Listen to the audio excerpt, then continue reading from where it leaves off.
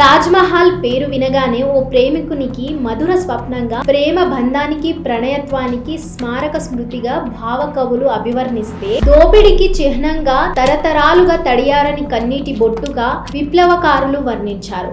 శ్రీ మరో అడుగు ముందుకేసి మహాప్రస్థానంలో తాజ్ మహల్ నిర్మాణానికి రాళ్లెత్తిన కూలీలెవరు అని ఏకి పారేశాడు. రాజులు పోయినా, రాజ్యాలు గతించిన, కాలచక్రంలో ఏళ్లు గిర్రున తిరిగిన తాజ్ మహల్ రాజసం మాత్రం చెక్కు చెదరలేదు. ఎందరో ప్రేమికులు, కళాకారులు, కవులకు నేటికి స్ఫూర్తిగా నిలుస్తుంది చలువరాతి కట్టడం. ప్రపంచ వింతల్లో ఒకటిగా, అమర ప్రేమకు చిహ్నంగా, అన్నింటికి మించి అద్భుత అందమైన కట్టడంగా చరిత్రలో ఖ్యాతి గడించింది తాజ్ మహల్. అయితే 21 ఏళ్ల పాటు వందలాది కూలీలు రాత్రింబవళ్లు కష్టపడి నిర్మించిన ఈ కట్టడం అందం వెనుక చరిత్ర స్మృతుల్లో బయటపడని నిజాలు కూడా ఉన్నాయి. వాస్తవం తెలుసుకుంటే బహుశా తాజ్ మహల్ మన కంటికి మునుపటి కంటే మరింత అందంగా కనిపిస్తుందేమో. ఏటా కోట్లాది మంది తాజ్ మహల్ అందాలను తిలకించడానికి ప్రపంచ నలుమూలల నుంచి మన దేశానికి సందర్శిస్తూ ఉంటారు. అయితే ఇటీవల కాలంలో కొన్ని వివాదాస్పద కారణాలతో తరచుగా తాజ్ వార్తల్లో నిలుస్తుంది. ఈ క్రమంలో తాజ్ మహల్ గురించి చరిత్ర బయటపెట్టే ఎన్నో నమ్మలేని నిజాలు, ఆ విశేషాలు మీకోసం. స్వాతంత్ర్య పూర్వం భారతదేశానికి పాలించిన రాజవంశీకులలో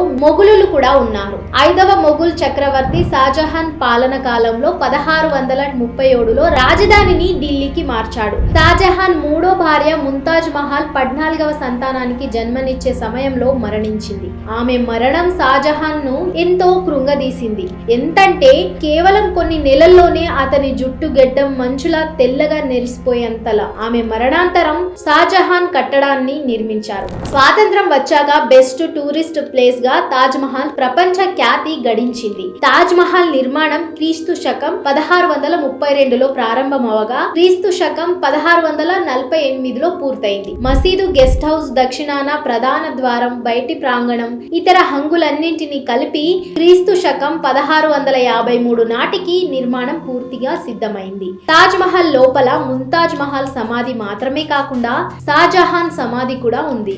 దీని నిర్మాణ వ్యయం దాదాపు 32 మిలియన్లని అంచనా. అరబిక్ లిపిలో రచించబడిన అనేక చారిత్రక, ఖురానిక్ శాసనాలు తాజ్ మహల్ కాలక్రమానుసారంగా వివరాలు సేకరించడానికి ఉపయోగపడుతున్నాయి. తాజ్ మహల్ నిర్మాణ పనుల్లో ప్రపంచ మూలల నుంచి వచ్చిన కళాకారులు తాజ్ మహల్ నిర్మాణానికి మొఘల్ సామ్రాజ్యంలోని ప్రతి మూల నుంచి, మధ్య ఆసియా, ఇరాన్ల నుంచి తాపి పని చేసేవారిని, స్టోన్ కట్టర్లు, రత్నాలను పొదిగేవారు, చెక్కేవారు, చిత్రకారులు, క్యాలిగ్రాఫర్లు, గోపురాలను నిర్మించేవారు, ఇతర కళాకారులను ఆగ్రాకు తరలించారు. ప్రధాన శిల్ప కళాకారుడు ఉస్తాద్ అహ్మద్ లహూరి ఆధ్వర్యంలో దీని నిర్మాణం రూపుదాల్చింది. చారిత్రక ఆధారాల ప్రకారం తాజ్ మహల్ నిర్మాణానికి దాదాపు 20,000 మంది కళాకారులు పనిచేశారు. తాజ్ మహల్ లోపలున్న సమాధుల్లో షాజహాన్, ముంతాజ్ల శరీరాలున్నాయా?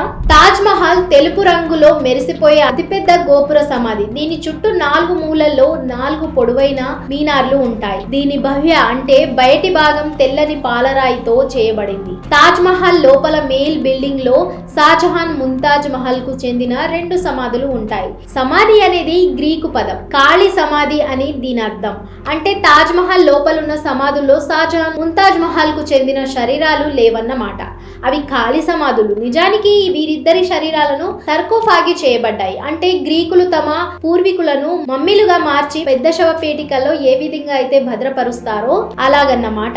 లోపల ఉండే సెనోటాఫ్ లేదా స్మారక సమాధి చిహ్నం పాతి పెట్టకుండా ఖాళీ సమాధులను నిర్మించడానికి సెంటాఫ్ అంటారు. చుట్టూ ఉన్న భాగాన్ని విలువైన వజ్రాలతో పొదిగించారు. 2 బిల్డింగులు అంటే తాజ్ మహల్ కు ఇరువైపులా ఉండేవి మసీదు, అసెంబ్లీ హాలులను ఎర్రటి ఇసుక రాయితో నిర్మించారు.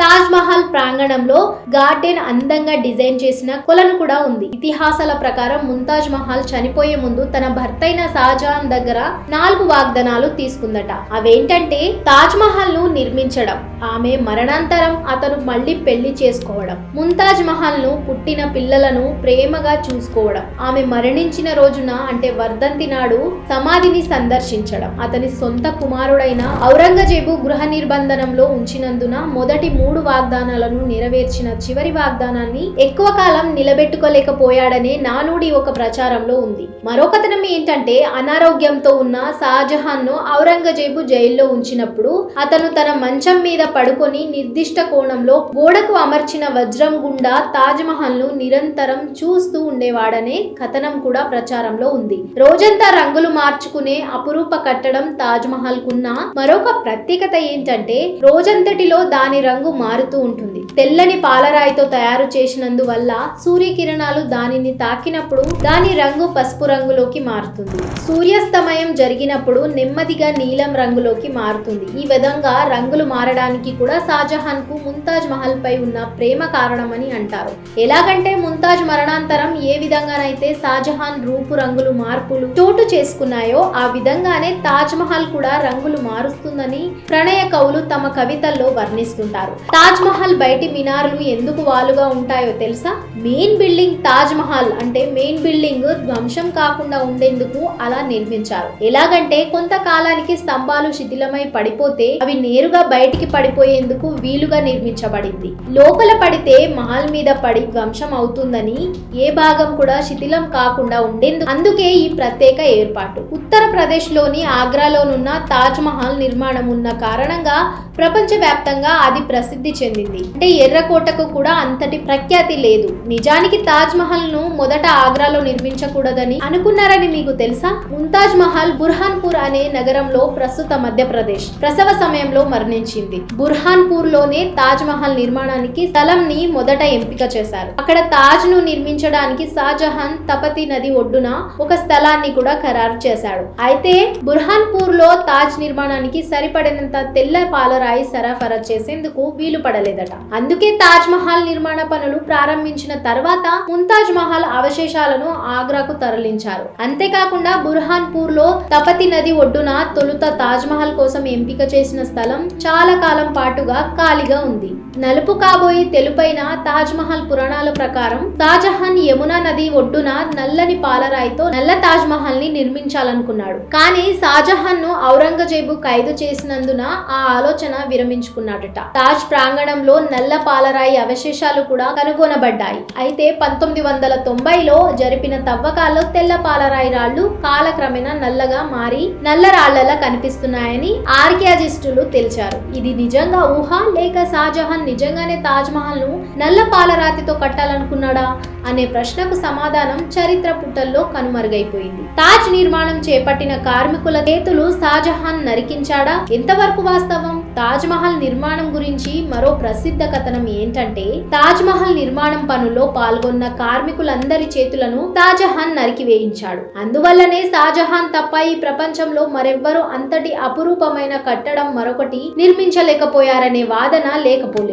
అయితే ఇది వాస్తవం కాదని ఎన్నో ఏళ్లుగా చరిత్రకారులు చెబుతూనే ఉన్నారు. కార్మికుల చేతులు నరికివేయమని షాజహాన్ ఎప్పుడు చెప్పలేదు. ముఖ్యంగా ప్రముఖ చరిత్రకారుడు ఎస్ ఇర్ఫాన్ అబీబ్ ప్రకారం ఈ కథనానికి చరిత్రలో ఎటువంటి ఆధారాలు లేవు. సమాధులపై వేలాడే దీపం బ్రిటిష్ కాలం నాటిది. బ్రిటిష్ పాలన కాలంలో భారతదేశ వైస్రాయ్ గా పనిచేసిన లార్డ్ కార్జన్ కు తాజ్ మహల్ అంటే అమితమైన ఇష్టం. యాదృచ్ఛికంగా తాజ్ లోపల అతని పేరుతో ఓ దీపం కూడా ఉంది. లార్డ్ కార్జన్ వైస్రాయ్ గా ఉన్న సమయంలో గతంలో ఉపయోగించిన స్మోకీ డీమ్ ల్యాంప్లను తొలగించి వేరే దీపాలను వాటి స్థానంలో పెట్టించాలనుకున్నాడు. అందుకే ఇద్దరు ఈజిప్షియన్ పండితులు టోడ్రోస్ బాదిర్ అనే కళాకారుని నియమించి అనుకున్నట్లుగానే తాజ్ మహల్ లోపల దీపాన్ని పెట్టించాడు. ఆ విధంగా ప్రస్తుతం షాజహాన్ ముంతాజ్ మహల్ సమాధులపై అంతేకాకుండా దీపం పెట్టించి అక్కడ 1906లో ముంతాజ్ మహల్ సమాధికి లార్డ్ కార్జన్ వైస్రాయ్ సమర్పించినది అని ఓ శాసనం కూడా వేయించాడు. రెండో ప్రపంచ యుద్ధ కాలంలో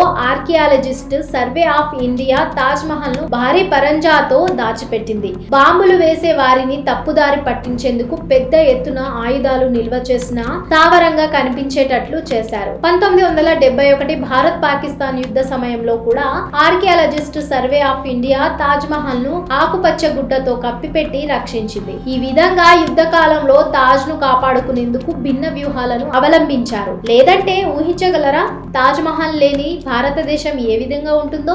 బ్రిటిష్ దొరలు అపహరించిన విలువైన రాళ్లు తాజ్ మహల్ చుట్టూ 28 రకాల అరుదైన విలువైన రాళ్లతో పొదిగించారు. వాటిని శ్రీలంక, టిబెట్, చైనా మన దేశంలోని అనేక ప్రాంతాల నుంచి తీసుకువచ్చారు. బ్రిటిష్ పాలనలో తెల్ల దొరలు ఈ రాళ్లను చాలా సార్లు అపహరించారు. 19వ శతాబ్దం చివరిలో వీటి పునరుద్ధరణ పనులు జరిగాయి. మన తాజ్ కు ప్రపంచ ఖ్యాతి తాజ్ మహల్ 1983లో యునెస్కో వరల్డ్ హెరిటేజ్ సైట్ గా గుర్తింపు పొందింది. మొఘలుల వాస్తుశిల్ప నైపుణ్యానికి ప్రధాన ఉదాహరణగా పరిగణించబడుతుంది. 2007లో ప్రపంచ 7 వింతల్లో ఒకటిగా చోటు దక్కించుకుంది.